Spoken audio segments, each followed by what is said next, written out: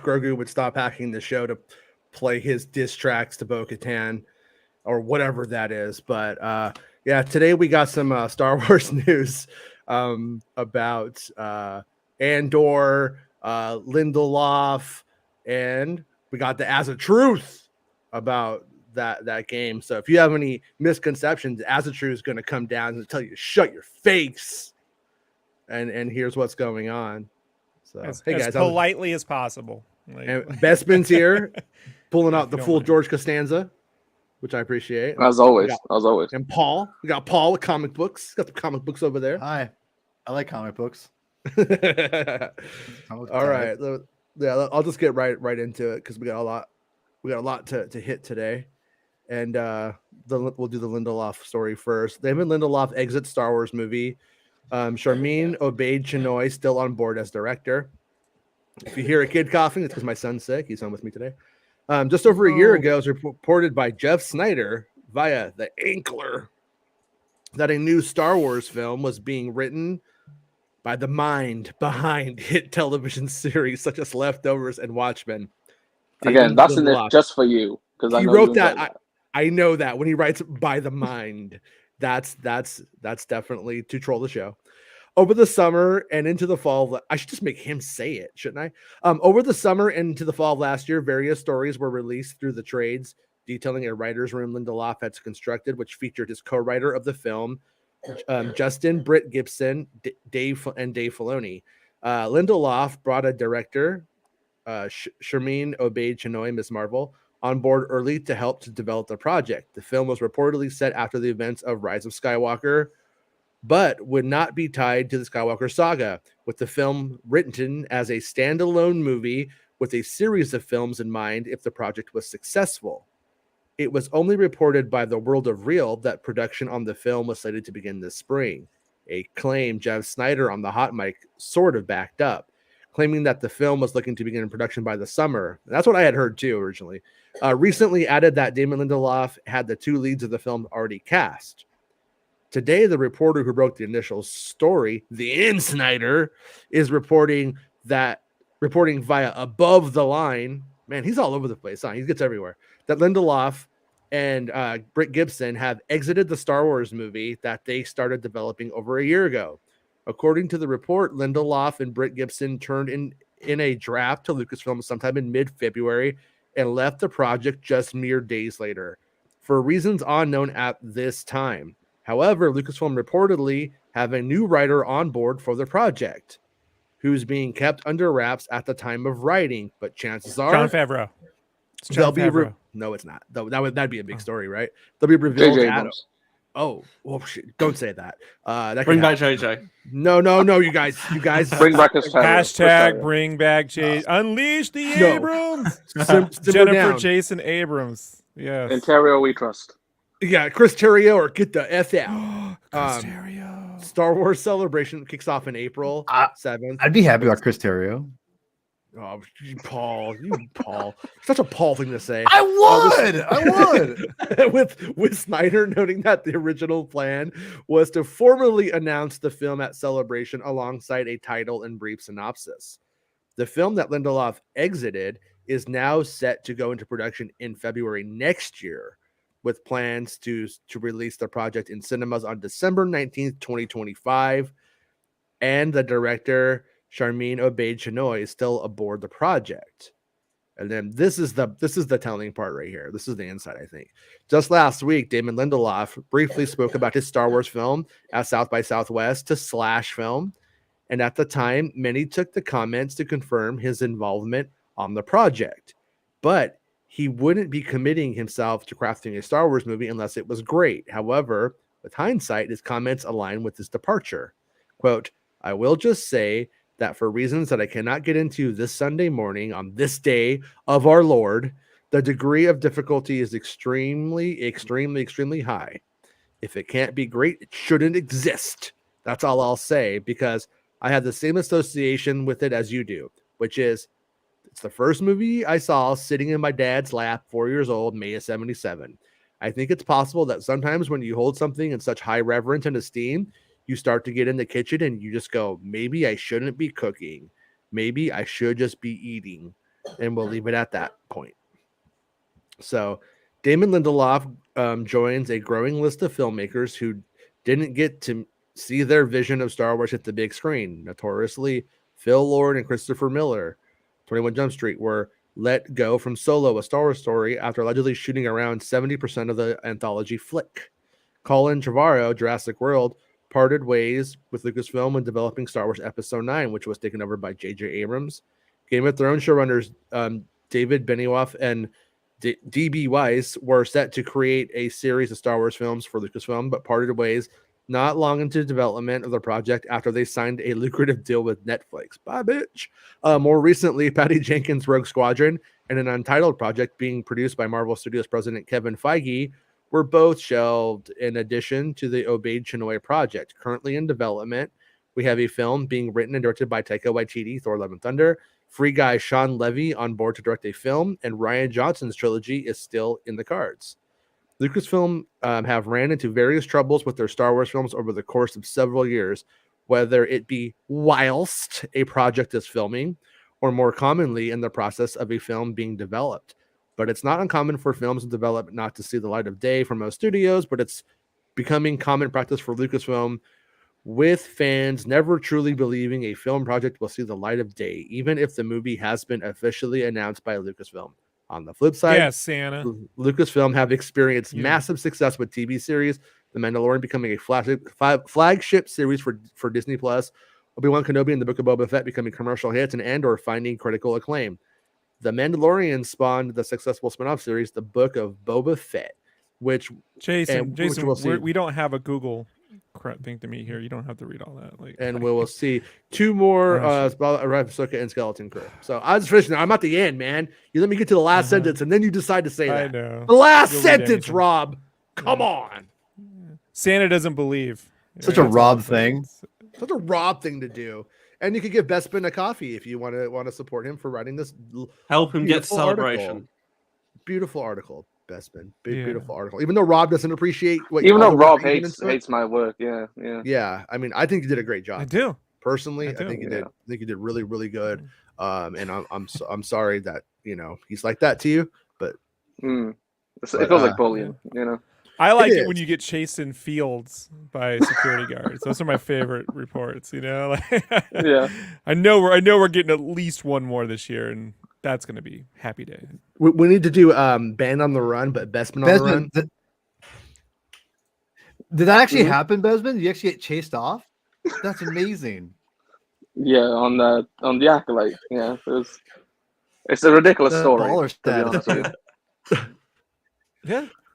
It's not only running down like mountains into like fields of sheep, but into the woods to hide. It didn't feel fun at the time. You actually had to hide, like Lord of the Rings.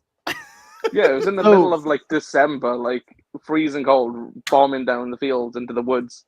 Hiding from Buggy Man. So Paul, the way he tells it, when I deal with stuff from like the Mando set people and like the parking structure dude and stuff like that, they're just like, hey, you better not be here anymore. Oh, we know what you're doing. We know who you are, right? But when he goes against it, it sounds like it's like the guys from what do you call it? What's that Kubrick movie? With the eyes? Oh. Clockwork Orange. It's like the gang from Clockwork Orange. They're like, hey, buddy, and they have like a billy club. They're like looking to like beat him and stuff. Like that's how they are over there. They're actually dressed. They like chased him out. They chased him out of there like he was trying to direct the Acolyte. You know what I mean? Like you were trying to make a movie. Yeah. One of these. Buggy, because where they're filming was like on like these mountains. I posted pictures before, and like so I was going there and said I'm just going for a walk, which I was doing at the same time. And Buggy Man told me I wasn't built for it, so he decided just to take a shot. Fat piece of shit, but you didn't want to say that, You didn't want to be rude. You've been eating a lot of fish and chips, so he was like, "You're just not built for it, mate." Wow. Meanwhile, this guy had to be a tubby. You know what I mean? Like, like I said, he looked. he looked like the guy from Pawn Stars. You know what I mean? Like that's how he looked. The So- Pawn Stars guy. Yeah. So that's Trust me, I I told thought you said Jason porn stories. stars. I thought you I said know. I was like stars porn right there, stars. I'm like, describe these No, porn no. stars, Besman. Yeah.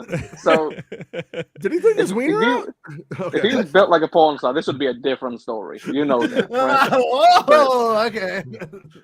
But yeah, like I told Jason some of the stories that's going on with Acolyte right now in Portugal, and it's like ridiculous. It's worse than what I had, you know. So Yeah. they're really strict on Acolyte. So Yeah. don't mess with it. Yeah. And we still know that they're filming pirates over there. I don't know why they're being such jerks about it. We got your number, Acolyte. We got your number. Yeah, but anyways, to go back to the the article at hand, like I did like I cut out like all of Lindelof's sitting on daddy's lap stuff. And he like literally says the degree of difficulty is extremely, extremely, extremely high. If it can't be great, it shouldn't exist. I think it's possible that sometimes when you hold something in such high reverence and esteem, you start to get into the kitchen and just go, maybe I shouldn't be cooking. Maybe I should just be eating. So that doesn't necessarily give me the impression, though, that he was like booted out, that he was like told to go. It's more sounding like he turned in his homework and wasn't proud of it. I'm not trying to like stick up for them necessarily for Can I give Lucasfilm you in my this 2 cents scenario, on but this? it sounds So like it didn't. Yeah, doesn't look like he's not happy. we can get past it. So like, I don't know what it's like to work at Lucasfilm. Okay. Well, What I'll I tell get you. the sense I'll of, tell you. though, what I get, I'll tell you. I get the, I know, you'll tell I'll me, tell you, me. it's foggy Tell in me. San Francisco sometimes, unless you work in That's LA true. now. Go I've ahead. seen Too Close for Comfort. I know the Marin County. Oh yeah, Kathleen So- Kennedy, cow puppet, and she talks to you only through the cow puppet. What's his name? What was his name? Mr. Moo something or whatever. I don't Cosmic Cow or something know. Cosmic like Cow. that. Yeah, you're right. You're right. Cosmic Cow. Yeah. So, look, there's 2 kinds of clients overall you kind of work for, maybe 3, but so you work for someone who like knows what they want and they're hiring you to make it. Then there's another kind where people hire you and they just trust that you can do what you do and they kind of step back. And then there's the third kind where they only know what they don't want. And I get the feeling when it comes at least to the films, Luke, and this is not just based on this or the firing other people. Really, it dawned on me when we were talking about the Rise of Skywalker script when we went through that one, the Duel of the Fates, right? And you had told me even after the whole script that was the first draft, and there was one of the first drafts. That was later the drafts first that got draft. worse. And there was a second. Yeah, I read the second draft. That's what I put my notes up for on MakingStarWars.net. You can read my notes on the second draft. So if you've read the first and you look at my notes, you'll be able to follow my notes really, really clearly. And so based on the way that script went in later drafts, I'm suspect that the notes weren't like, we love this, but what about this? It was probably more like, we're not really keen on this. What else can you do? Or we don't want to do this right now. We don't want to do that. That we kind of want to stay away from. You know, like they kind of like, the feedback is what they don't want. And I mean, I went through this with a major game studio, you know, in the last couple of years where you're just like, well, do you know what you want? Well, and their response was, well, we are this studio. We want what we do. And I'm like, but what do you do? Like, do you know what you do? Like, do you just have this like sense of identity, this corporate identity, but everyone just keeps shielding behind it because they're kind of afraid. I think they were afraid to make decisions. And I kind of liken it to, you know, recently this weekend, Usman kind of went back for his belt on the UFC. And the last time when he lost it, he got knocked out. It's UFC talk, right? It's the first time Usman ever got knocked out cold, like, boom, You like hit UFC? the floor. And so, hold on. So UFC 3PO. That's our podcast. what it's likened is sometimes fighters when they take a big loss or they get knocked out, they don't ever come back with the full unhesitancy that they had before. And I gotta wonder if that Solo thing, just based off Disney's comments, if they're to be believed, is there's a lot of fear. Like, I don't know, if we do that, when we do that, and then we don't want to do that because people aren't looking for that, and then they're not looking for this. And you can see JJ doing that in The Rise of Skywalker. Clearly, can you do over here, and then we got to deal with that, and Luke still has powers, and got to have the lightsabers, and they got to get together, they got to have kisses, and we can't. A lot of fear. It just feels like there's a lot of what we can't do, and creatives can only deal with that so much. Like at some point, you're like, well, if my name is on this, and from here on ever forward, if it's gonna get spoken in Lindelof Star Wars, and you aren't cool with being told, is this really my Star Wars? Is this the one that they wanted to make? And so at that point, you walk away, because if you're gonna take the heat, you'd rather take the heat for the thing that you signed up to do in the first place, like versus what was sort of agreed upon after the fact. If that makes any sense. Well, Yeah. if I may really, I think Rob brings up some great points, and like he always does, Rob, right? Coming on tonight, right, Rob? Anyway, no. So anyway, one of the things that I think that was interesting that you brought up about how creatives are being told like how to, maybe they're being chased off because of they're being too limited as far as like, oh yeah, that's great, but why don't you, we don't really like that much, right? And I think that's interesting because we remember that Lindelof, has had some recent success. You could say recent success with whatever that Leftovers, and Leftovers, also Watchmen. Watchmen's brilliant. And I as being a comic, I love the Watchmen, and it's one of my favorite comics of all time. When I heard he was doing a weird, he even said it was a sequel. He was kind of like New Testament. He kept calling it, which is a sequel. But anyway, it was brilliant. But remember what happened before that? He was kind of not exactly in the greatest standing in the pub as far as like the fandom's eye. Remember Prometheus, which I liked. I loved it. A lot of people, I love Prometheus too. It's not an alien movie, but he got put over the coals, and I just rewatched it a year ago, which by the way looks incredible in 4K. And the weird thing is that it's got some issues now, but you know what the issues are? I don't think they're Lindelof. They were Ridley Scott. If there's Rob, I'm not sure if you're a Prometheus fan. You sound like you would be. And if you did, you probably watched that huge long documentary that's on the Blu-ray or whatever. I've also read the original script. So the original script before Lindelof was pretty much the same script with alien stuff in it. So Ridley said, take the alien stuff out. The writer didn't want to do that and brought on Damon Lindelof to do exactly that, to distance itself from the alien stuff for whatever reason. Yeah. And if you know Ridley Scott, I mean, he's been doing this since Blade Runner. So. Yeah, so that's a great point. So look, Lindelof's already been in this kind of system a little bit. Obviously, he's worked in Star Trek with Abrams and everything. But I think if you look at what he's gone through, and without having the success after Prometheus and Star Trek with Leftovers and Watchmen, he's had success with these certain things with having the amount of freedom that he has. And, the Watchmen podcast that he did on the HBO is phenomenal. I highly recommend anyone just to hear the process of someone who is very he was scared, I would say, in a good way, Rob. I'm sure you listen to those podcasts too. They're fantastic podcasts, but he relied on and got other writers into it. And he was able to kind of express and like how he grew as a writer and everything, by basically accepting different perspectives and everything. But I say all that to say, with those comments you're making, Jason, it tells me that it's like almost like a Ridley Scott situation where it's like there's not enough freedom to kind of enough freedom and creativity around everyone kind of contributing. Because one of the things I think you reported or someone reported was that he got a writer's room together. And I thought that was a great idea, because he really flourished with Leftovers and in Watchmen because he got a writer's room together. He got a bunch of different people collaborating together. I'm of the opinion that there was no writer's room, that it was just a Lucasfilm story group, and that's being misconstrued or misunderstood. Okay, I don't know that for Lindelof. 100%. For Lindelof, he did bring on like his own people as well into it. Yeah. There's people who've been on other TV shows he brought in, maybe as consultants and whatnot, but he did bring in people for it. I'd also like to say Chris McQuarrie Chris McQuarrie has talked quite often about how writers don't get movies made, regardless of the studio. Directors do. And the missing Right. equation Yeah. out of this, when they say studio, is maybe the director didn't like what they were writing. Maybe the director came on board, because I mean, when was the director first announced? How long back did that go?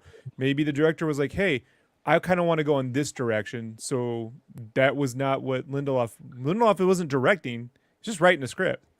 It's like Yeah, they Chris said that. Terrio can write whatever he wants, but he wasn't directing Rise of Skywalker. J.J. Abrams was. So like that could have been a factor as well. Would it be more a They producer mentioned. thing? I was just saying they mentioned previously that Charmin or Chennai was brought on early in the production process, so she can have her own imprint on the movie. That's the thing that Lindelof himself asked for. You want to bring a director in early to help shape the movie. So I think, but she's not a big name, right? She's not like, for example, like a Taika, Yeah, I don't know if she would. I'm not sure she would have the and balls she's to worked swing in a around Disney and system. like knock Lindelof down. I don't know. From all Well, we accounts, just don't know from what it, we can Lucas. see, he was the creative mind behind it, right? He started it. He then brought on Justin Brooke Gibson. They started developing with that writer's room, if it is one or not. And But I guess, then do it's we got to know this that point. though? Like, do we know that he was that's Oh. my big thing, because the project is still going. A lot of the Yeah. times when the person comes in with the idea and then it falls apart, the project actually dies and they just move on to something else. It might not be that it was his initial idea, but Yeah. he's the one who's been developing it for over a year.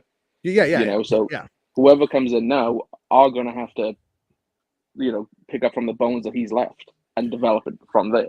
It's the same movie, but Dude, Yeah, it's not hard, man. People write fan fiction all the time, right? Like, you just crank out a script. Well, Des says Right. sounds like it's time to get Ryan's project rolling. This project didn't stop rolling. That's No. actually the good news, is that he's gone and somebody else has already replaced him. So it's moving. I The keep project seeing didn't people stop. on Twitter say it's cancelled, and I'm like, Yeah, no. it's not gonna. They don't. So Bespin, you don't have to say what you got on the article, because that's. Oh yeah, I'll say it anyway. It doesn't matter. Tell the story, please. This is how stupid Star Wars fandom is. So the other day, I did an article about viewership on The Mandalorian season 3. I don't know what it's at now, but it was around 4 million people saw the tweet, and 4 million. it had 4 million. It had 10,000 views on the actual article. 4 million people read the fucking headline. 10,000 people read the article. And just think about big publications that clickbait. How many? This is millions what they Ryan get. Johnson. That's true. This is what Ryan Johnson put into Knives Out. I read the tweet about an article. I read a tweet by the New Yorker about an article I didn't read. It goes something like that. Yeah, that is it. 100%. And you know what? I'm guilty of it. I ain't gonna lie. Like I do that shit all the time, and it's human nature. People assume, right? And that's the thing that sucks. It's like we assume what the article is gonna say based on the headline, and it's brutal, but it's true. Like, it sucks. I try to read articles, but it's I'm lazy some days. I ain't gonna lie.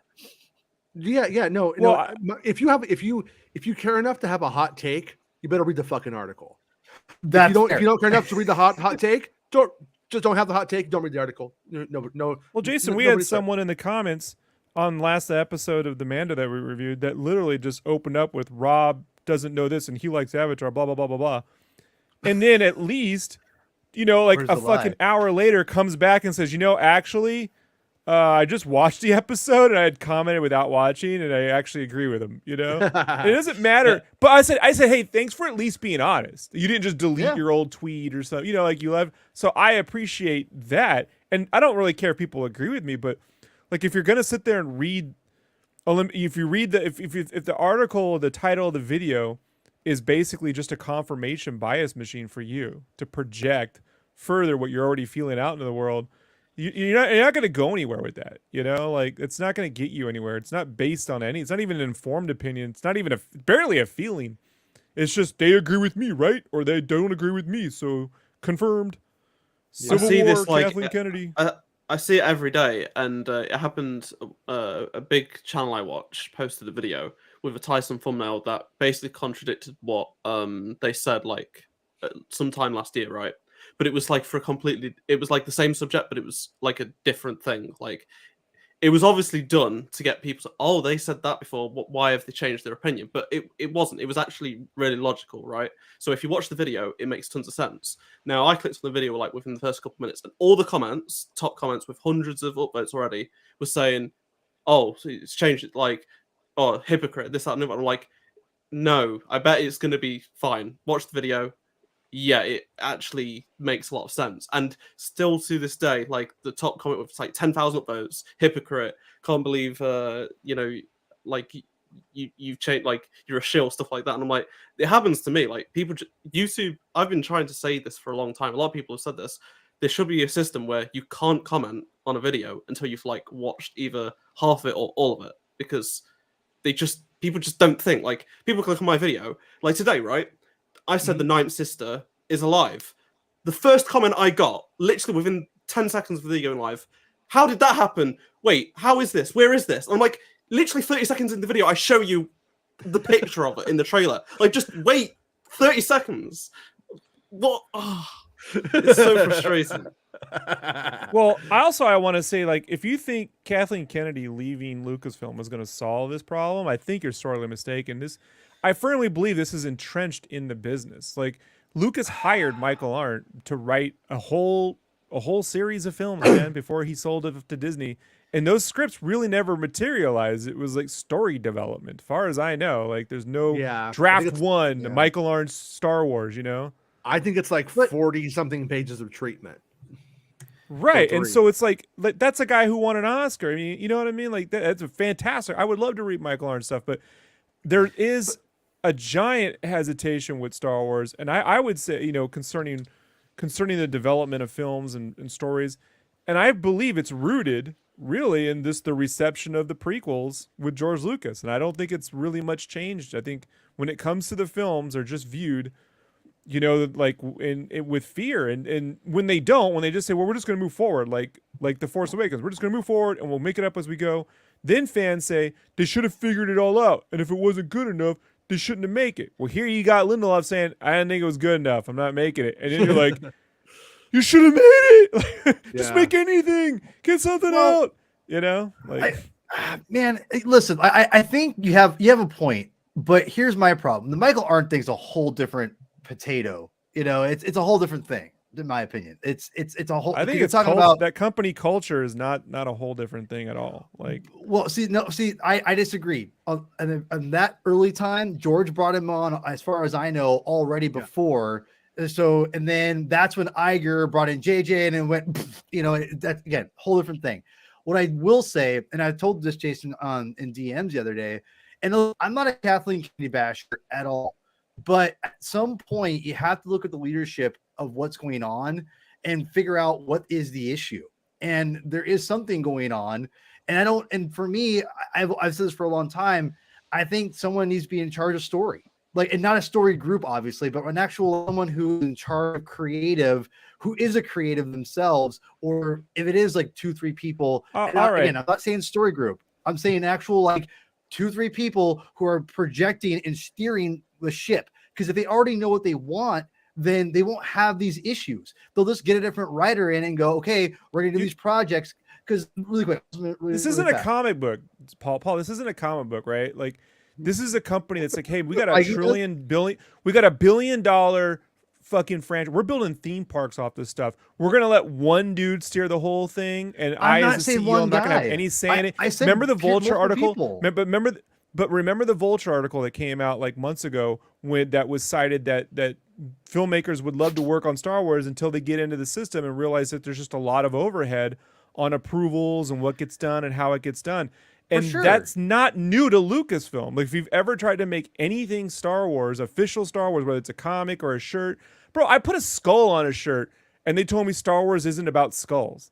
Like, this is before Disney, all right? This is entrenched in that company. They have an identity of who they are, but they don't know what they know what Star Wars isn't. Like, they know what it isn't, but it doesn't mean what it can be or what it is going to be. The essence of that Vulture quote is the fact that people come in and then want to erase basically canon and override things and do whatever the fuck they want, and then they're told no, then they're like, well, oh, now my idea doesn't work, and then which is how I read it. But what I'm also thinking now, there's no monolith when you talk about one thing. When you go, oh, that was a problem. It was just one problem. They just wouldn't let me do what I want. I want to be an auteur. That's not what I'm saying. Some people can play that game well. I think Rian Johnson knew how to play the game really well between what the studio was expecting and what he wanted to do. And you could say whether you liked it or not, but the dude went through it flawlessly. How many people have been able to? Yeah. How many people have been able? Tony Gilroy wasn't hired to make Rogue One. Tony Gilroy was hired to save Rogue One, and always a second like choice, but the best choice. And I believe Andor came about only because that movie made. He got left alone because that movie made the money. Something else Macquarie has said before is that Hollywood doesn't care if you made a $750 million grossing film. They don't care if you made a $998 million grossing film. They care if you made a $1 billion grossing film. You make a $1 billion grossing film, they leave you alone. Like that's the only thing that gets. And none of these people that have been brought on have made $1 billion films. But here's the thing. But here's the thing, though. Like, if you have people who are in charge of story, then they're the ones saying, instead of people saying, pitch us ideas, okay? Like, for instance, I go back to the Marvel model, and I think I'm going to bring up Marvel for one. I think Star Wars and Marvel are not the same by any means. But I will say, I think if you're going to be a franchise, you have to have someone who has some kind of like understanding of what's going on narratively, and say, okay, you know what? Like, we're going to do the Secret Wars series. We know how to do this kind of film. Let's find some writers who are, or whatever, directors who have a firm idea of where this can go, has a feel for this kind of thing. Interview them, get a spec script, whatever. Let's make sure they all worked on Rick and Morty, right, Paul? Right? Make sure they all worked on Rick and Morty. Right, yeah. Right. God. So that doesn't. There's no formula. I mean, that's something Macquarie said. You can't, even on the Mission Impossible films, they can't make the next Mission Impossible film the way they made the last Mission Impossible. What they're doing now isn't working either. No formula. And they're doing the Macquarie. They're doing the Macquarie right now. It's not working. When you hear what Dave Filoni talk, like, you're gonna hear a lot of people go, "Get Dave Filoni. Dave Filoni's the answer." But no. Dave has literally said. Dave has literally said exactly like that. That's what he and Kathy do. Like what you're saying is what she is doing with Dave. That, according to him, like in his interviews for Mando 3 that he's been saying, he's like, we get together and we talk about what we should do and how we should go forward, and like what the, and then you hear the thing about him being involved in this movie, like that he's like in the writer's room for this movie and stuff. So I think that they're basically doing that, but something happened where Lindelof turned in his homework on time and then left that meeting not happy with the work that he did and saying, I'm not the guy. That's my takeaway from his quote is, fair enough. I gave it a shot. I'm not the guy. And but the thing I said on Santa's show this morning, Rogue One started with Witta, then got Scott Z. Burns. Then it brought Christopher McQuarrie, and then it got Tony Gilroy, and then they asked Tony Gilroy to redirect it. So, and that's a movie Ghostbusters was a totally different film when they first wrote it. Even when they went into production, it was Eddie Murphy was supposed to be a big part of that movie. Yeah. Like, they had to write stuff all the way around. Like, Beverly Hills Cop had no script. If there was one way to make money, they'd all be doing it. You know what I mean? You think this industry would take any risks if it didn't have to? So the thing is it this is why I've been saying, and I know it's a broken record around here, but I was like, once they fucking split Mando and Grogu up, they should have reunited them in a film, because they can get past the corporate. Well, you sure this is going to sell toys? Yeah, it's check. We're going to sell toys. You sure people are going to like this? Yeah, we know they're going to like this. I'm not saying it would have been a great film, but that just checks off all that bullshit that they don't have to deal with. But here's the whole thing. Yeah, that makes you the most popular girl in school, right? If you go and you do and you need a win. And you know what? You need a win after the sequel trilogy. We all know that the popular people in school are fucking boring.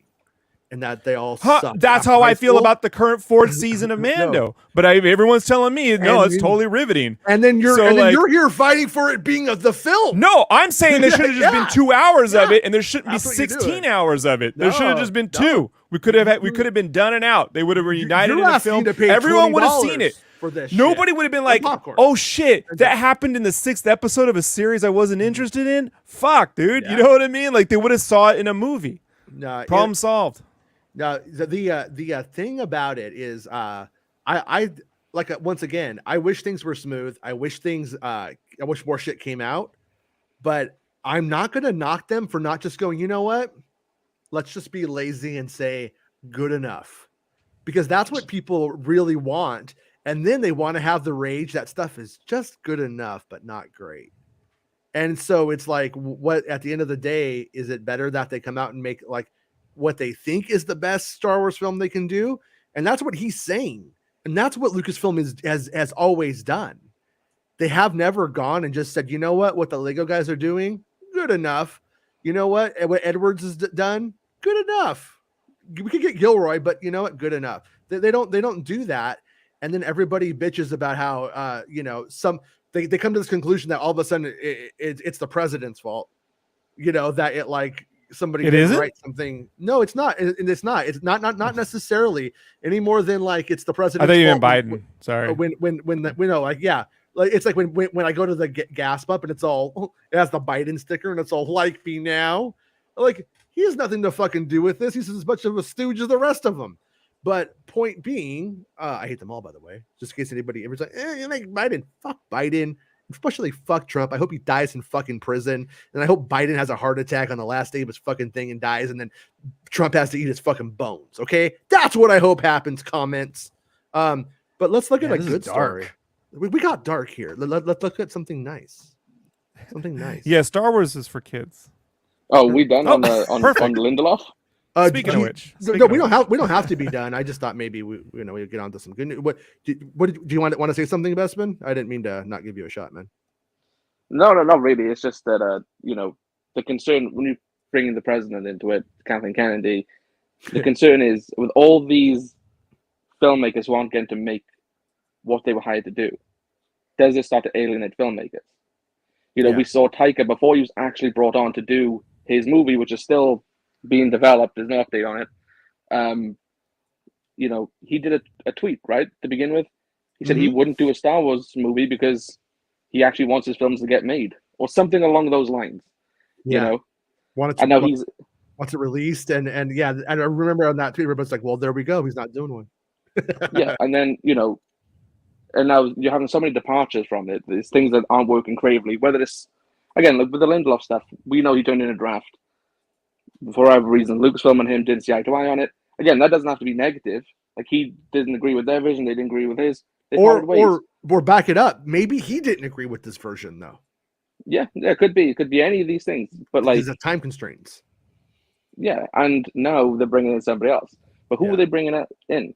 Like this person has to deliver this new movie. They're shooting it by February, so they have 11 months from now to deliver a script.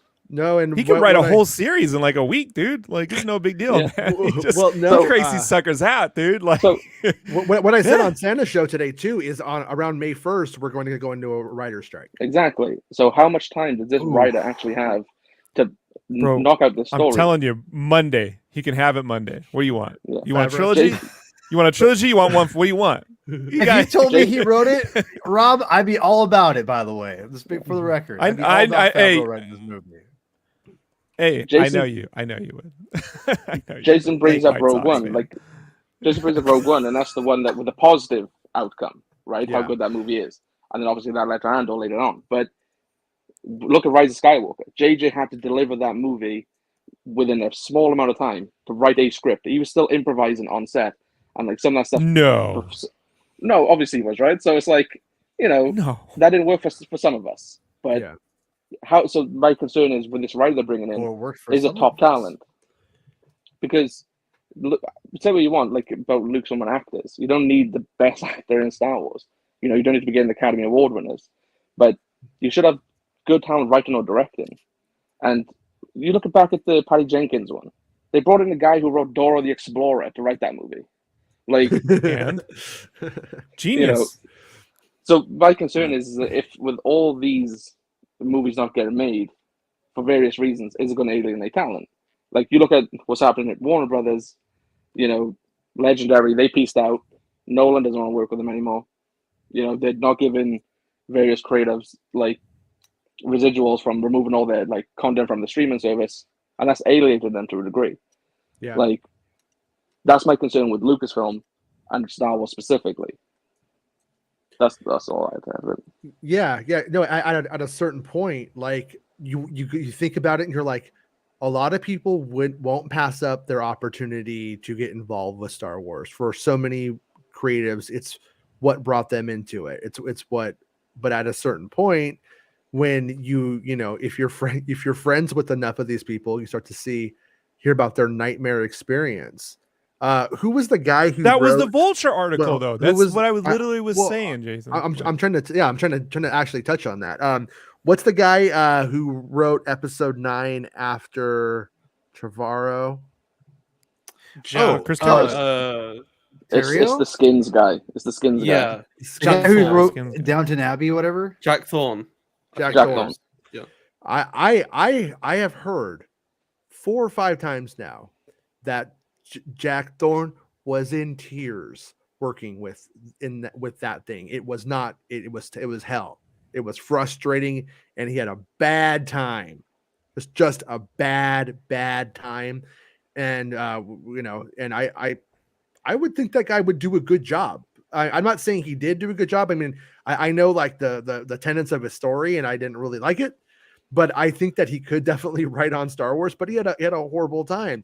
So the question I end up walking away from everything with is when Jack Thorne's not good enough, when Lindelof's not good enough, when what's his name can't get a script, Taika Waititi can't get his script made.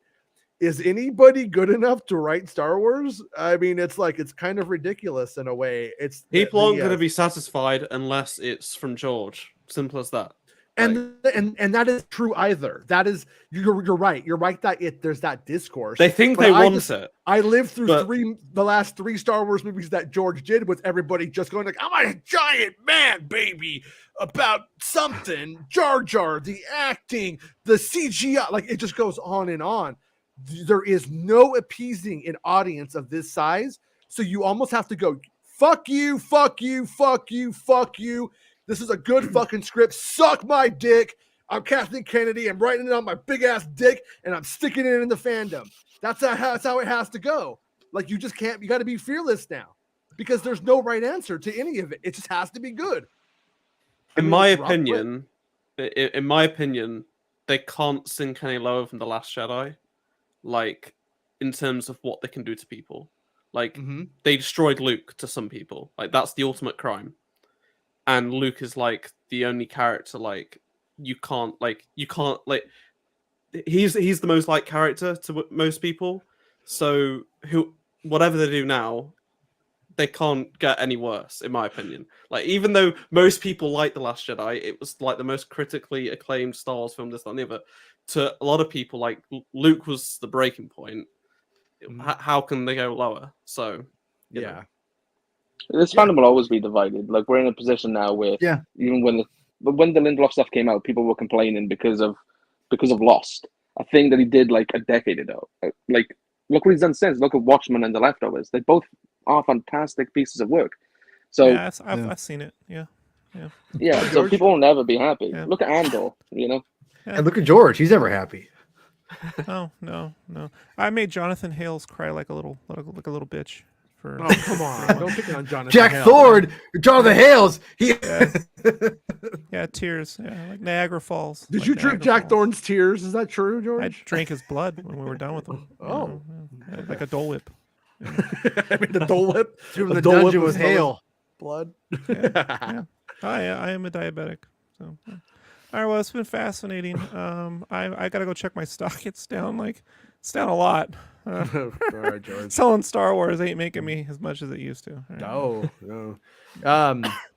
Yeah, I mean, like that's like the whole thing though, is like, for instance, like Lost You know, he says like Lost was badass, and it's like you could like not like the end of Lost, but you can't say that the end of Lost was not inspired and creative. You just can't. You would be full of that's a shit good if you point, said yeah. that.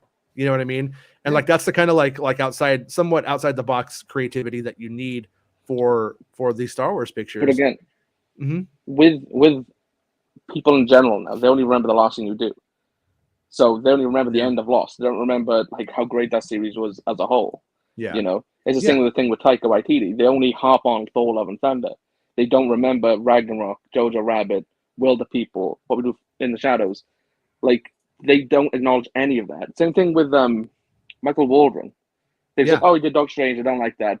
Loki didn't exist," even though that's like probably the best Marvel series that they produced. Yeah. So the people have only remember what's really good too. just came out.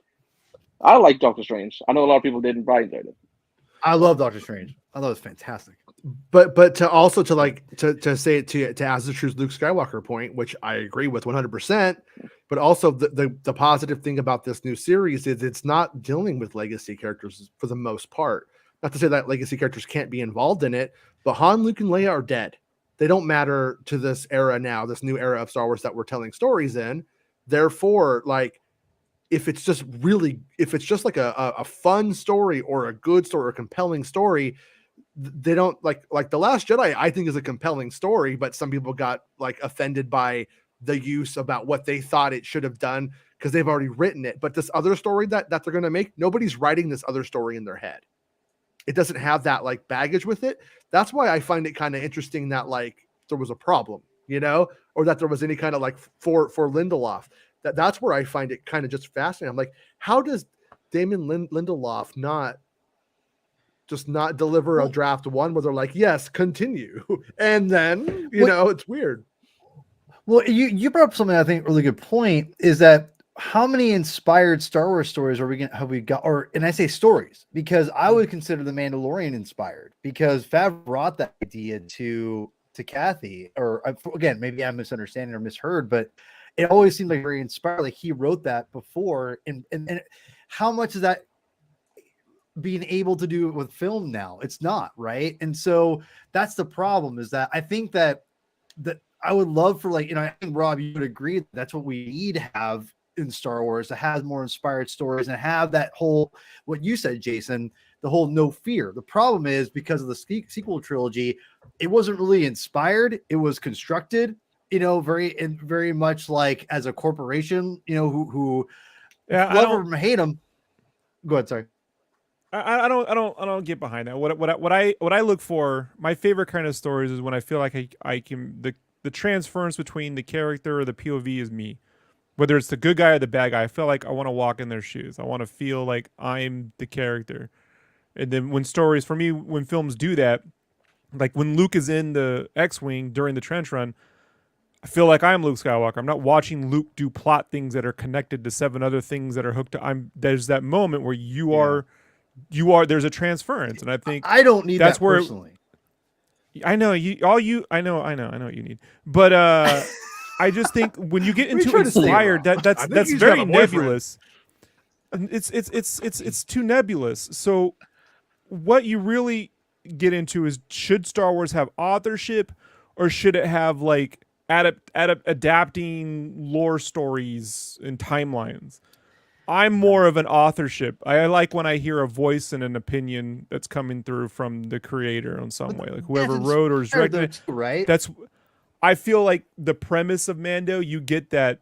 Now we're more into like adapting cartoon storylines and stuff like that. I feel Andor, you get that. I don't feel I'm just not feeling. Look, I'm just telling you. You said, "Hey Rob, you like this," so I'm telling you specifically what I'm looking for. Yeah, I feel like authorship may be the last thing Lucasfilm or Disney's looking for in a big budget Star Wars movie. They might be looking for 4-quadrant, like classic MCU. Everyone goes in, gets a bucket of popcorn, there might just be this battle between that. Because I'll tell you, there are times, man, when I've drawn things and had art directors nitpick over like just lines, like this little tooth isn't sharp enough, or that's too sharp, and this knuckle. Told you. Yeah, I know. Jason's a little Truman Capote, you know, when you live, he just picks apart every fucking thing. So, The problem here Truman yeah, he gets a cigarette too. It's fucking. it's a crazy. juicy sarlacc. Capote. Dude, By the way, Capote with that is a Philip Capote Seymour line, Hoffman, by the so way. good, by the way. Love that movie. So Kennedy's I killed can't him in cold blood. Sorry. I can't imagine that after the Last Jedi bit that they're looking for a lot of authorship. No, in I Star agree. Wars films. No, and all I'm saying is that I think there's a balance, and I think, but here's the thing. I don't though, agree with think that, Jason. I'm No, not just so you know, no. you get that look. I don't agree with that, but I could see a world in which there's a room of 7 people, not 7 Kathleen Kennedys, right? It's not it's not the Council of Kennedys all sitting around deciding which Star Wars script to not make, right? Here's no, but here's the thing is that I always hear from people on the internet about how afraid of Rian Johnson they are, and I never hear that from anybody at Lucasfilm. Just saying. It's like a thing that I hear, but I've never heard it from somebody. Doesn't mean it's not true. It just but I'm a bit apprehensive about that sort of like idea. Well, then why not just take something that you already know you're going to make or you want to make, and you have people like the Acolyte or something else, and then just make a movie out of it? Why do they commit it to a series then? Why don't they just make a movie out of it versus this endless what do we not do thing with the next film?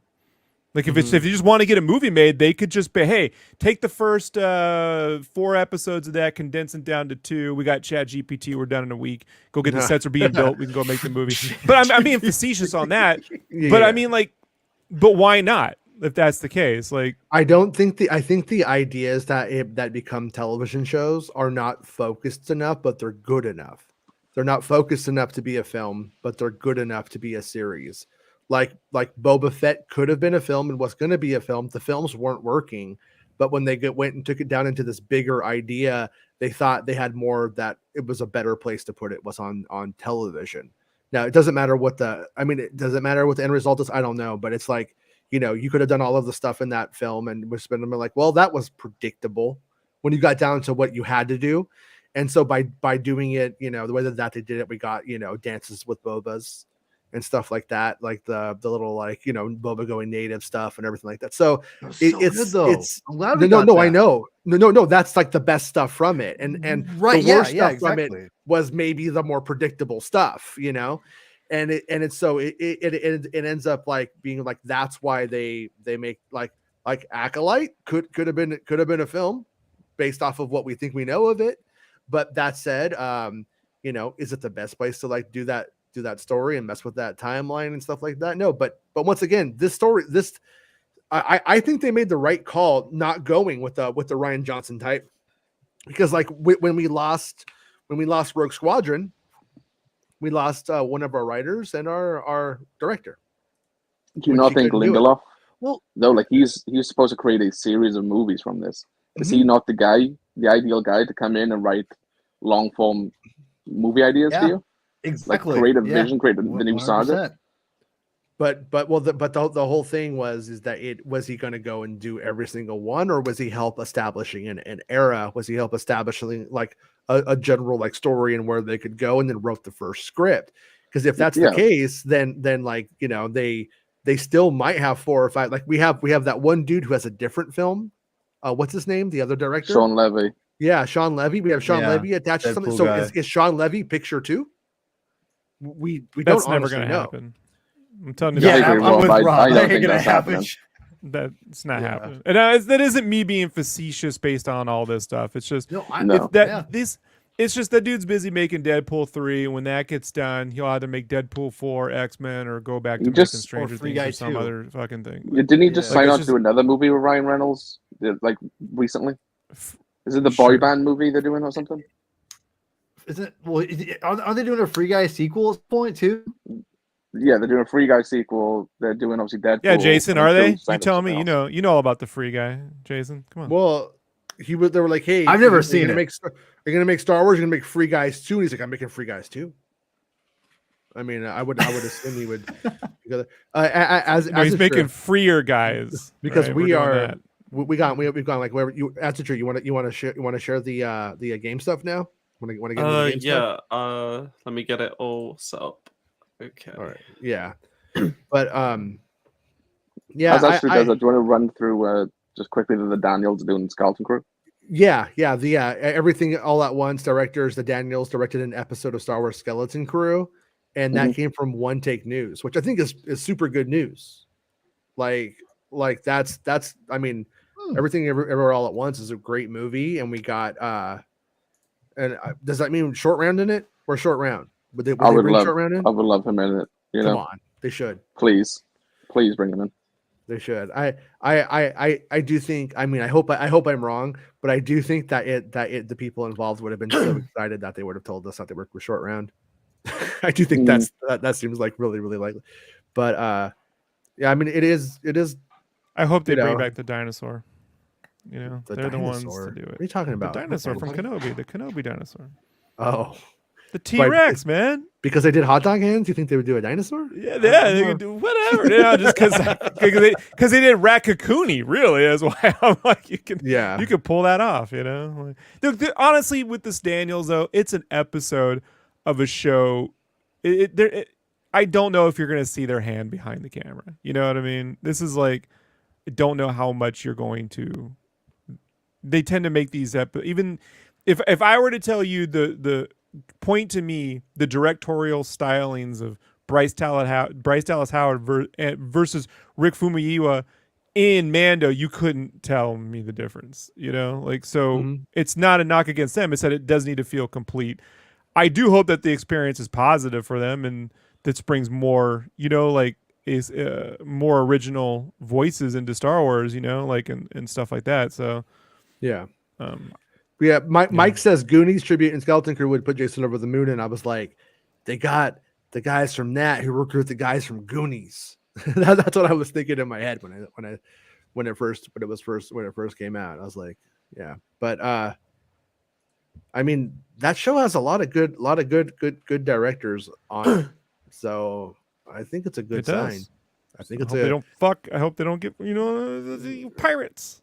Salad the Hut.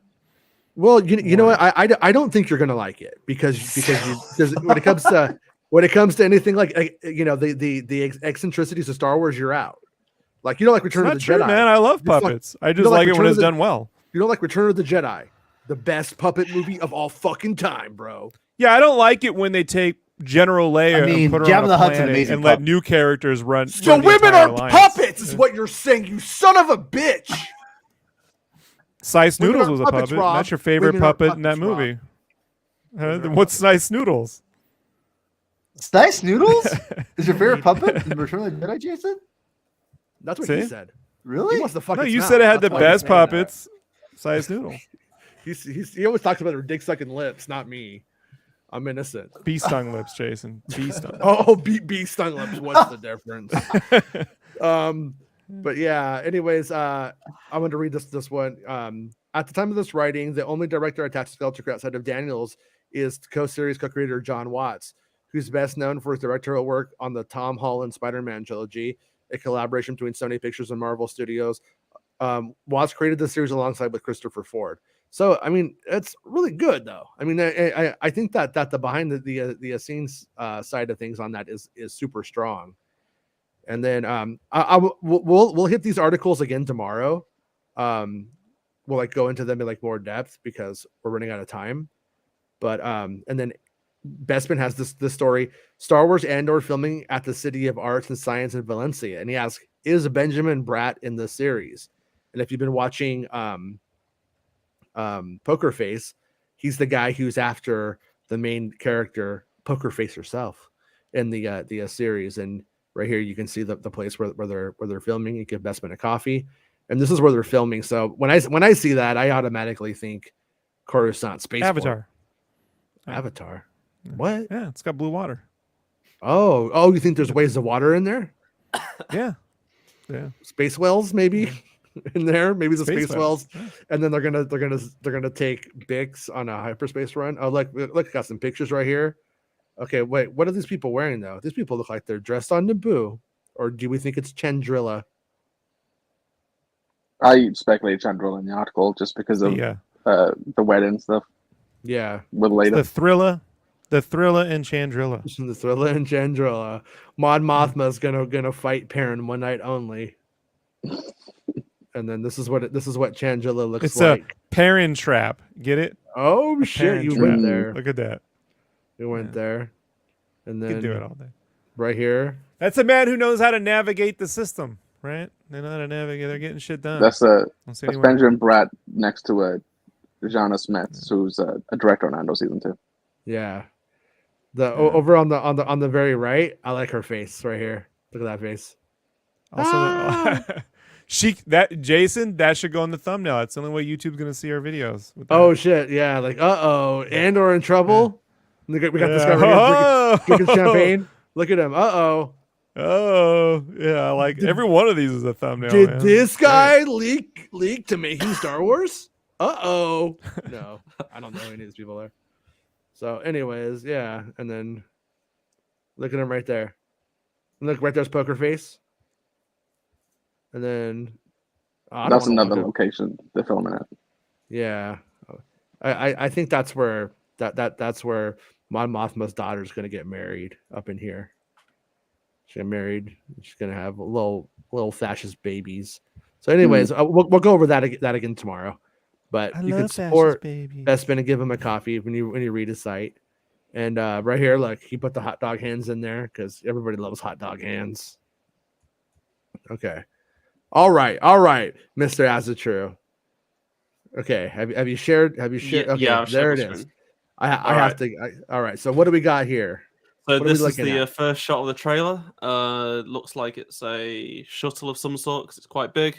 Purge Troopers was inside. There's a big chasm that it's falling into, and Cal and Beatty ones they fall out of it. But yeah, so Purge Troopers were dead, but the ship is a wreck.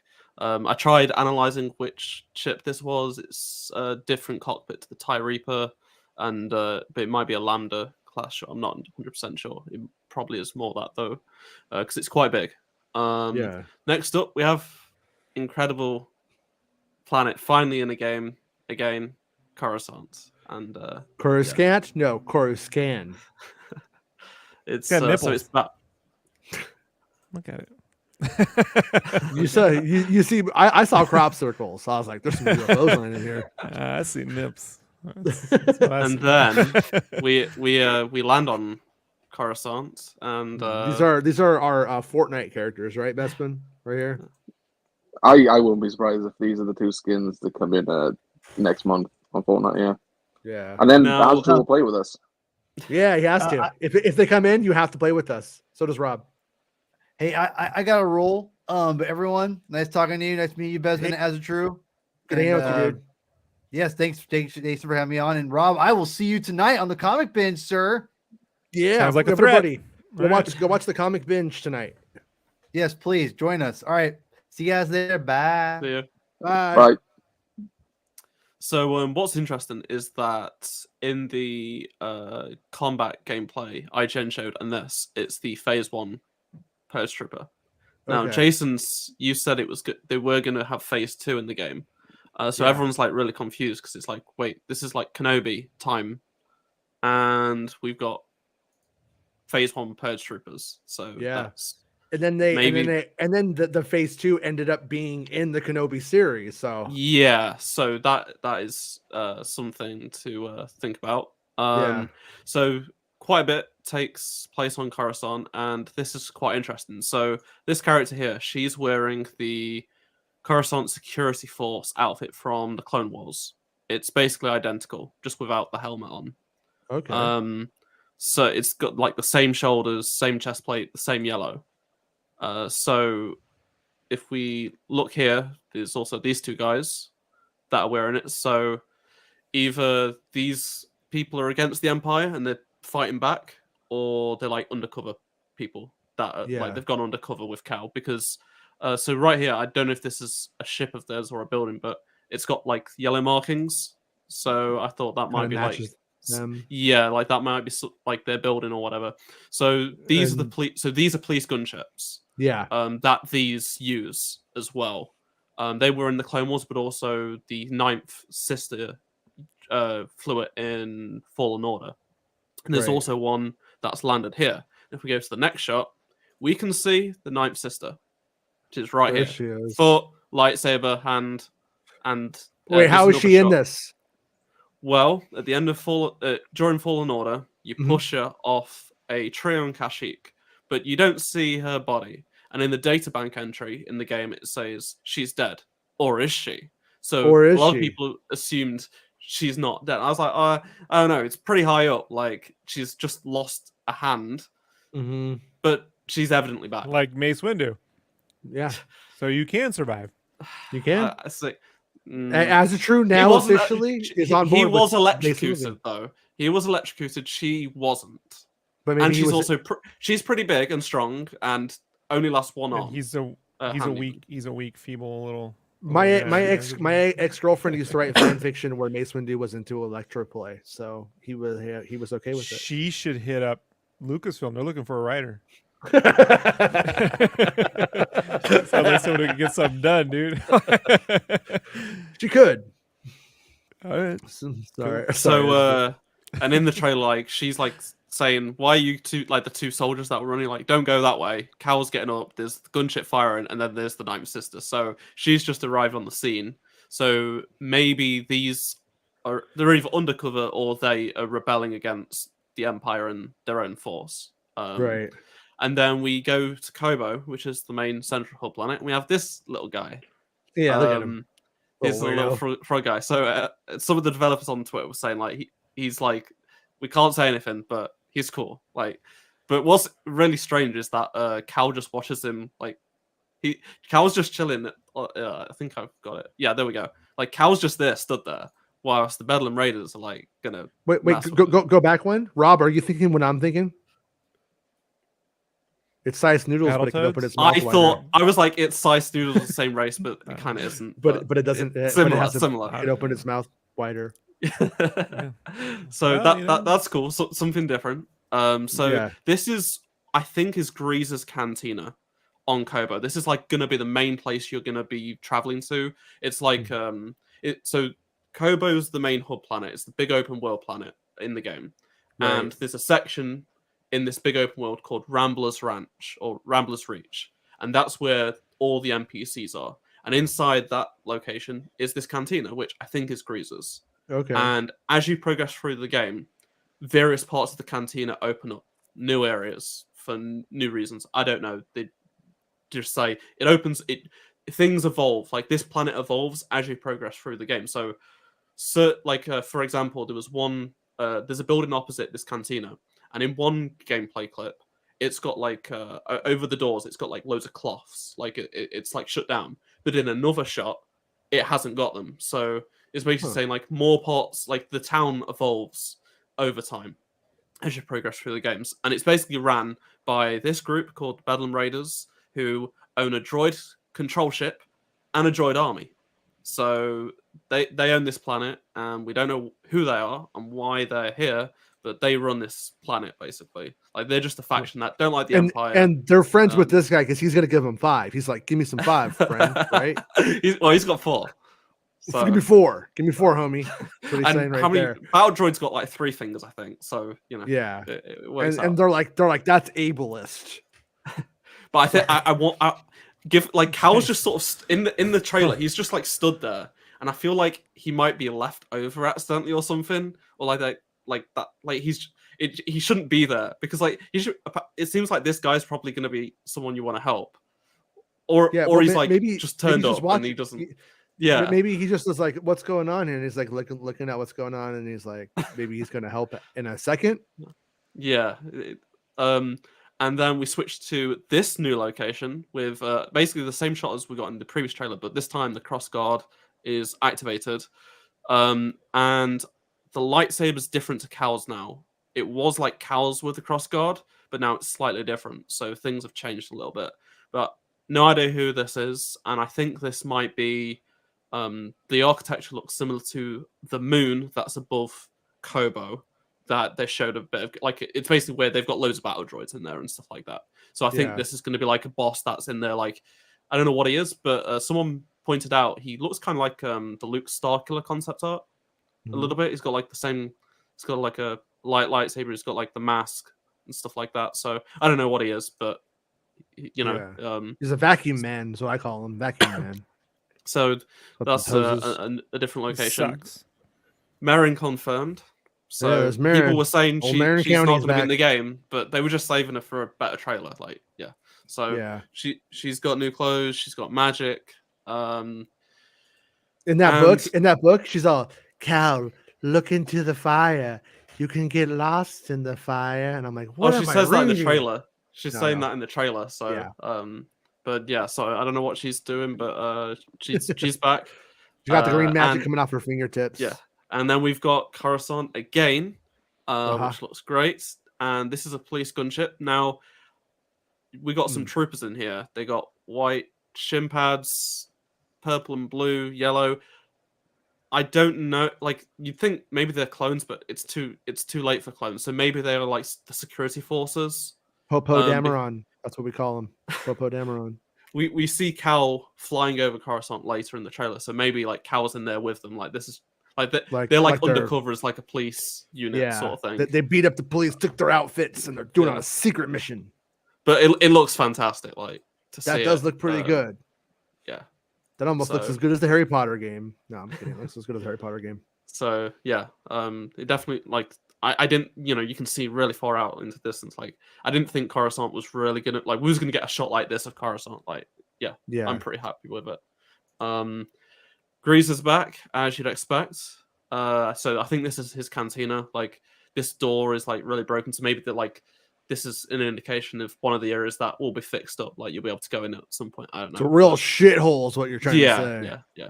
But he wanted to I think he said in the Fallen Order he wanted to be in the cantina. He wants to own one. Oh. So we've got a cool bar droid. So yeah, that's inside the cantina, and then we've got a location. I don't know where it is, but it's a really cool sequence. Is that Marvel keeps putting all that color in my Star Wars? I don't like it. Yeah. So like Geonosis colors, right? Yeah. So like Cal's like just walking, and then this thing just topples over, and like the destruction's pretty good. I know it's probably going to be like it's a scripted sequence, but still, it definitely is a step up over the first game, like with these sort of action sequences. Mm-hmm.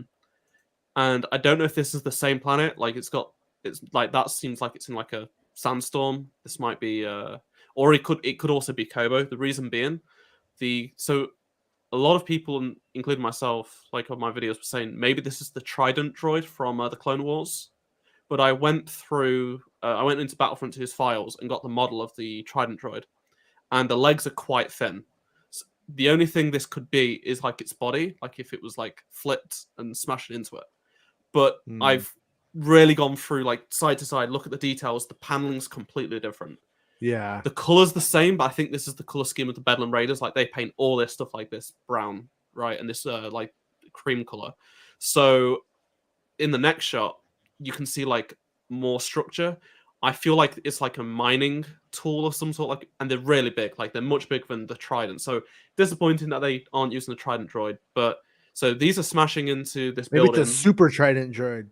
I mean, who knows? It could be like they control a droid core ship, so it's probably something separatist related, whatever. But something that most people have missed out. Marin's just wall running with Cal. Like you can see throughout this clip, you can see her green trail. Of magic. So because I was like, wait, someone's flying out of the hole, but no, she actually like wall runs across. So what do you think the chances are that green magic smells like farts? Pretty good chance. Smells like like it's sulfur. physical, unlike the Force. You can see. Yeah, like sulfur. I bet. So you're only gonna get these takes from Azatru here. So yeah, as you can see, like it's not the Trident droid. It's huge. Like it's a big thing. Like it's I don't know what it is, but it's pretty big. So even already like this sequence is so much bigger than the first game. Like you can see right into the distance, things like that. Like the scale of it is definitely bigger. So Marin's wall running in front, leading Cal. And then we go back to Kobo, which has got some cool looking different architecture to the other places we've seen so far. We've got a Haxian Brood bounty hunter, similar But to like what the is the first planet game. called? What is the planet called? Kobo. Kobo. Yeah. So you can be if you're a cop if you have the cop costume from the other place, can you be Kobo Cop? I mean, I feel like they probably allow you to find. That's got to be cosmetic, right? Drop it. I just want everyone to know they think I'm the only one who does this on the show, Jason. Right? Oh yeah, Like, well, because he's presenting, I'm able to be the idiot. It's great. It's great. yeah, your turn, idiot. Come on, keep talking, dummy. Be like me. So yeah, that's this looks so it basically shows how big Kobo is. Now there's something funny about that pose. So basically, you can see here this big beam of light, right? And I said when I first came on, when Jedi Survivor was announced, on the cover art, Jewish space moon. lasers. I remember you said they were Jewish space lasers, and I said you can't say that. He true. He didn't say that. He didn't say that. No, okay, all right. The My cover bad. art's got that broken moon, right? And then in the steelbook, it's got a big light in the sky. Well, the light in the sky is there, like, and then there's a beam. So something is really strange happening on this planet, like with big lasers and stuff. And then we get the money shot. Like this shows it finally, like properly. We've got a laser down there and a laser up there, and this big structure and floating platforms, like high. See, up look at his legs. He's doing full risky business almost. But see, this is what I'm talking about. Like the audience that Lucasfilm and them are going after with the movies and the series are growing up with these experiences. And then they get to the movie or the show, and it's like, I actually held a lightsaber and stared at it. I turned it on. You're like, look at that's amazing. You're like, that's not going to cut it. Like, it's not going to cut it. Like, look at me. But I looked at it, and I turned it on, and the music, and it was important. Like, that's... You can build your own... You can customize your own lightsaber. Like, you can go that far. And just saying, like, they really should just hire these video game fucks to be making some of these movies and stuff. Right, Jason? Like... Some of these dudes up in there. The art, a lot of the same art people, or same people involved in the. Yeah, I'm talking about the writers and directors. Mm-hmm. Yeah, that's cool. This game. So the first game, we don't know about this game, but they had a bunch of the Clone Wars writers write the first game. And then they had like some people at Respawn, like they had some like people that have been at Respawn, like they worked on that, but it was mostly written by Clone Wars stuff. I'd assume it's probably like the same people this time. Another thing people have missed, that is a Headhunter, Z95 Headhunter, not an X-Wing. I don't think it doesn't look like an X-Wing. So, and it's also painted the Bedlam Raiders colors. So not only are they so a few things to take away. The Empire. So they just take they just take everything. Yeah. So the Empire have found the planet, evidently, because there are TIE fighters. The Vulture droids are inside the core ship, so they're controlled by the Bedlam Raiders, and they've got some clones, Republic stuff. So they aren't happy the Empire are coming to take their land, I suppose. And this is all happening. Like I like we've got a sky battle going on whilst you're going to be flying. Like this creature here is one you're going to be able to like just hold the legs of, and it'll fly. You just hold its fucking legs, and it's just like in real life. You just hold on to an eagle, and it will take you wherever you need to go. I've done that with cats before. You can do it with cats too. I'm just waiting for some kid to try it. You know, like just let go of the eagle. Like it's gonna happen. That one kid from Dumb and Dumber, pretty bird, pretty bird. Doesn't know what that means. Jason. All right, Jim Perry's gonna be happy.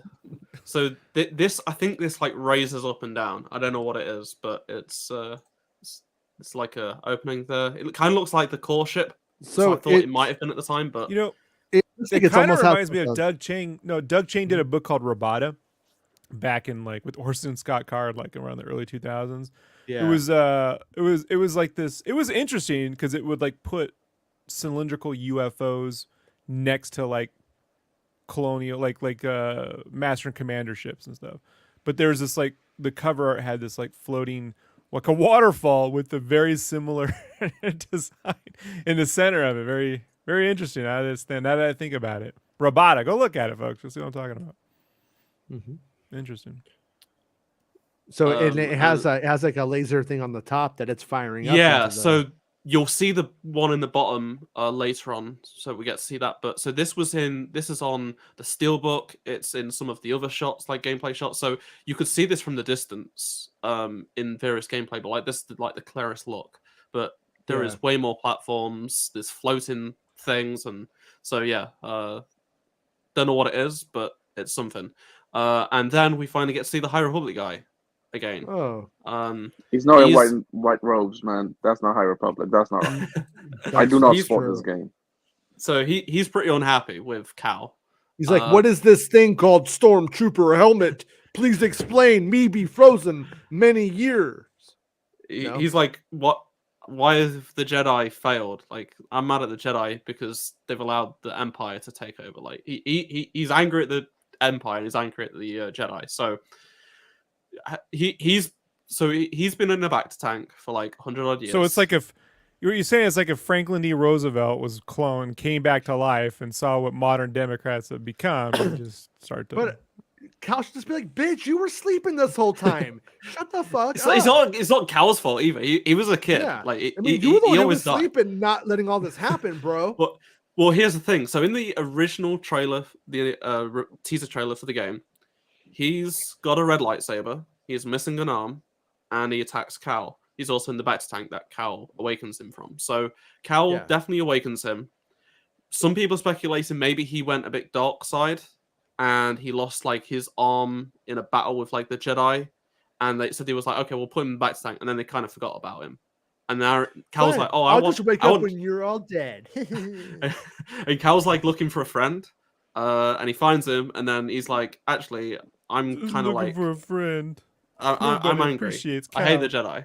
I've been asleep for 200 years. I don't know anybody either. Want to hang out?" So just say Cal. You can see is part of the High Republic because it's got the logo, and that's his lightsaber. He's wearing a bikini.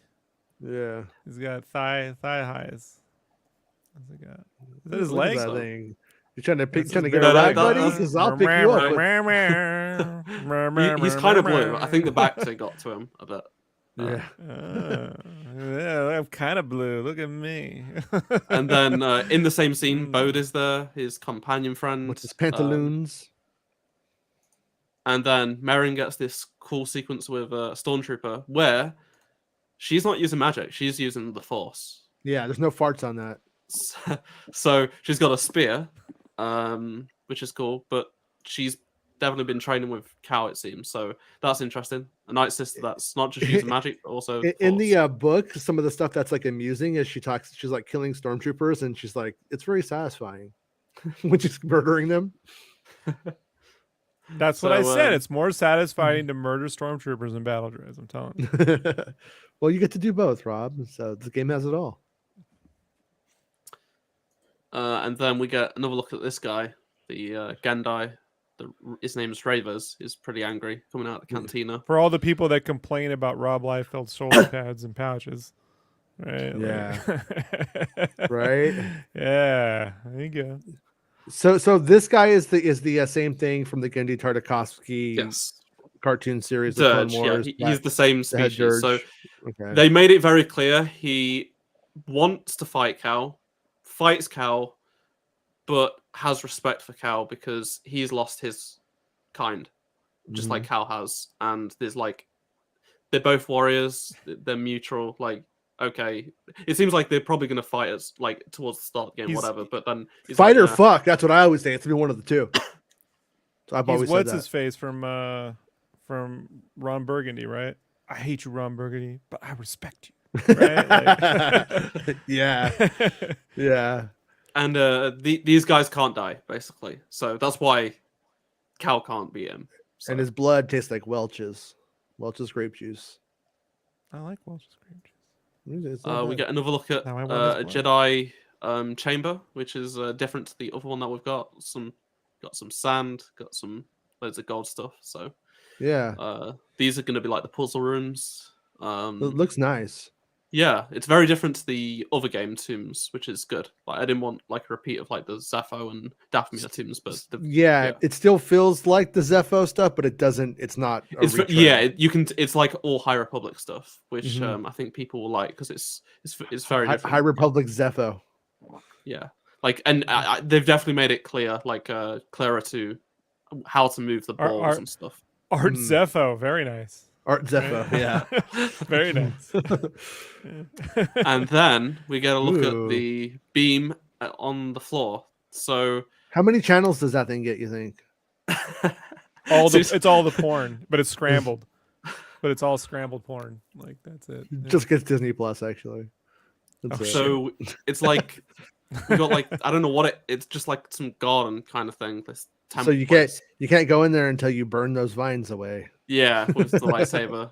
But yeah, it's different architecture to the other stuff, and it's got a big laser beam at the top. Yeah. So don't know what I kind of want to live in there. If I lived in Star Wars, I kind of want to live in that right there, the little tent.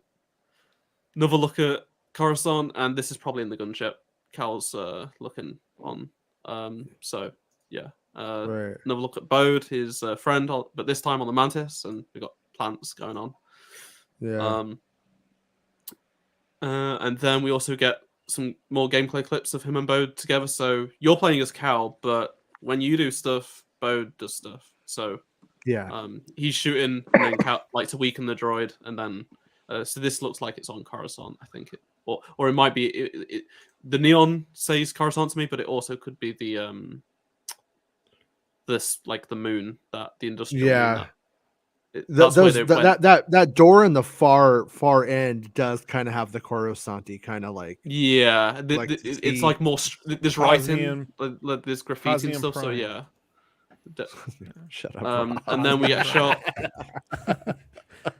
So this is the crew's back together finally in the Mantis. Yeah. Now they've got a map of something, and then there's like this big asteroid with. That's where the Death red. Star is. Death Star 2. So too early. Okay, too early. But right. I'm confused as to like, you know, what's the significance about like Doesn't this asteroid? Doesn't what's his name on the bottom there look a little bit like he's half Tauntaun? Like maybe his mom and a Tauntaun got busy. I always think that when I look at him, like Yoda and a Tauntaun made this guy. Right. And then we get confirmation that Merrin is going to be a companion character like Bode. So you're going to do stuff, and she's going to do stuff back, and it's a really cool sequence. Like, so Cal strikes this scout trooper, and then she literally stabs him with her staff, uses the magic to flip him over. Right. And it's pretty cool. So Yeah. So when you do stuff, the AI will go into a move to complement it. And then Cal just punches this rocket trooper. Like he just straight punches him in the helmet. Which Stop is making fun of my beard. And then he punches him. What's the point of the helmets if you can punch them? You can't punch the helmets. Should break your But this is just something really, you know, people won't care about, but I do as a Battlefront player. But so when Battlefront 2 came out, they're gonna do this as a true like 800 times, and then watch Andor complain when people punch stormtroopers in the helmets. You know what I mean? Like, right? Yeah. Yeah. Like I just think this is so cool. Like they're literally taking off. He's just like, you know, I'm punching him. But so basically, Battlefront 2 released with this trooper, right? But this trooper is different to the rocket trooper in Star Wars Rebels. Which Battlefront 2? There's a few Battlefront 2s. I know the first Battlefront 2, not the new one. Second The new one.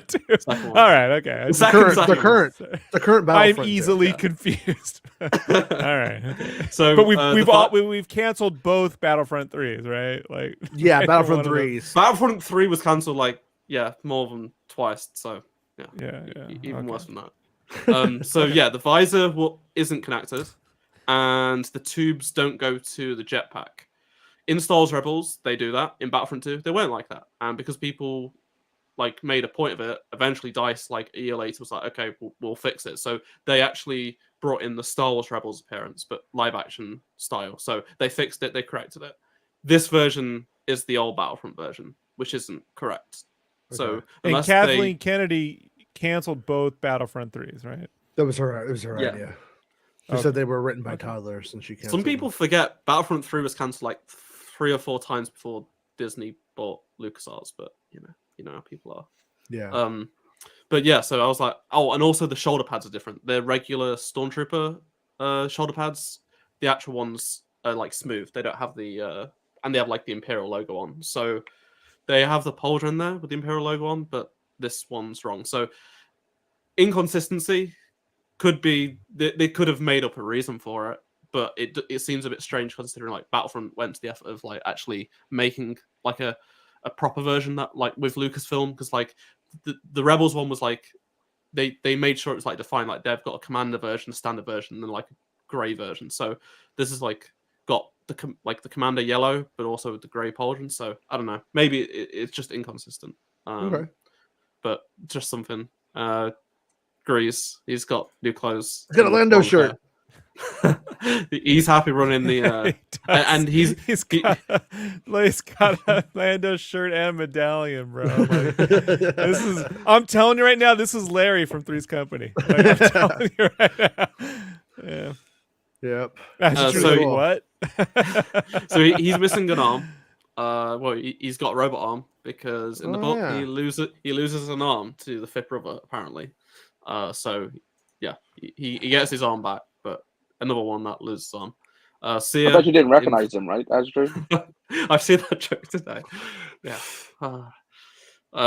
Sia here, according to the book, she wants to rebuild the Jedi Order traditionally and is wanting to build a Jedi library, archive stuff. We want to steal kids the old-fashioned way. Remember we used to steal kids? Miss that. She looks like she's fucking cosplaying as like that kid from Avatar: The Last Airbender. Look at her. Yeah, a lot of people said it. Have they? Looks like that. Yeah. Yeah. But so that's why she's Melage, to be honest. No, so yeah, she's nobody gets it. I'm gonna let you dig that hole, Desmond. I think she looks like a respectable character, and I have nothing but praise to say. Like this is fantastic. So yeah, she's definitely got different opinions, hence why they've split up. And then to top off the trailer, we got a cool sequence in a very tight area with the Mantis, Cal, and BD-1 smashing into a TIE fighter and blowing it up. And it looks pretty cool. So yeah, cool chase scene with a Mantis always is good. And that's the trailer. So I don't know what else we'll get before the game comes out because it's out in just under 6 weeks. But really good trailer. 1.5 million views already in a day. #1 trending. People are excited. So wow, that's when good. are they gonna meet up with the Lego race? As it's true, like the little Lego people. Like that's a race, right? In Star Wars, No. Race is a construct. They really should make the Legos a race, don't you think? Like a whole species, like just a Lego planet. Like, so this whole time you thought it was a spoof, but they're real. Yeah, I like it. Tyrant's all correction. People forget that LucasArts was a complete shit show multiple times over. Yeah, it was. Yeah, but people don't like the truth. They like what they've made up. As a truth. That's right? And they don't like that either. That's why they don't watch me. Like, you know, I've already seen like people like literally make videos about stuff in this trailer that's completely wrong. Yeah. And then everyone's like, you know, people see literally the thumbnail. They don't even click the video sometimes, and they'll be like, yeah, that's happening. It's like, no, it's not. But I like that the like red here, like the fire, like the light and stuff.